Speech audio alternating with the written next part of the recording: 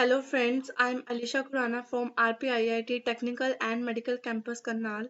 So friends, I'm here with another video on NSAIDs. NSAIDs are non-steroidal anti-inflammatory drugs. Let's talk about it. Introduction.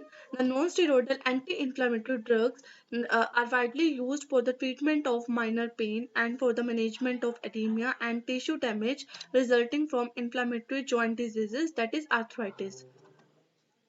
A number of drugs possess antipyretic activity in addition to having analgesic and anti-inflammatory actions and have the advantage in the treatment of fever.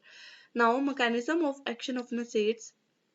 The major mechanism by which the NSAIDs uh, um, shows their therapeutic effects like analgesic, antipyretic, anti-inflammatory is inhibition of prostaglandin synthesis.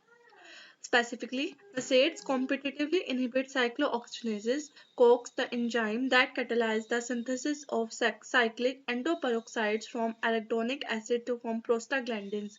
COX isoenzymes are of two types, COX-1 and COX-2.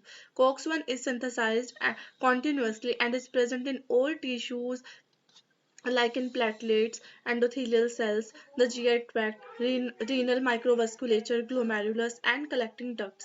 COX-2 enzymes plays an important role in pain and inflammatory processes. Now, general structure and properties of NSAIDs. The NSAIDs can be subclassified on the basis of chemical structure. First one is salicylates, second one is propanoic acid, prophins, aryl and heteroaryl acetic acids. Fourth one is anthraanylates, that is phenamates, oxycams, that is enol acids, phenylpyrazolones, and anylates. This is all about introduction and general structures and classification of NSAIDs. In our next video, we will discuss about the drugs which comes under these classifications. Thank you.